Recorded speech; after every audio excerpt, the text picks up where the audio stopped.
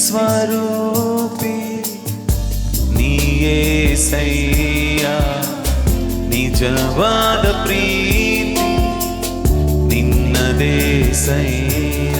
ಎಲ್ಲರೂ ಪ್ರೀತಿ ಸ್ವರೂಪಿ ನೀಯೇಸಯ್ಯ, ನಿಜವಾದ ಪ್ರೀತಿ ನಿನ್ನದೇಸಯ್ಯ. ಇನ್ನೊಂದು ಸಾರಿ ಪ್ರೀತಿ ಸ್ವರೂಪಿ, ಪ್ರೀತಿ ಸ್ವರೂಪಿ ನೀಯೇಸಯ್ಯ, ನಿಜವಾದ ಪ್ರೀತಿ ನಿನ್ನದೇ.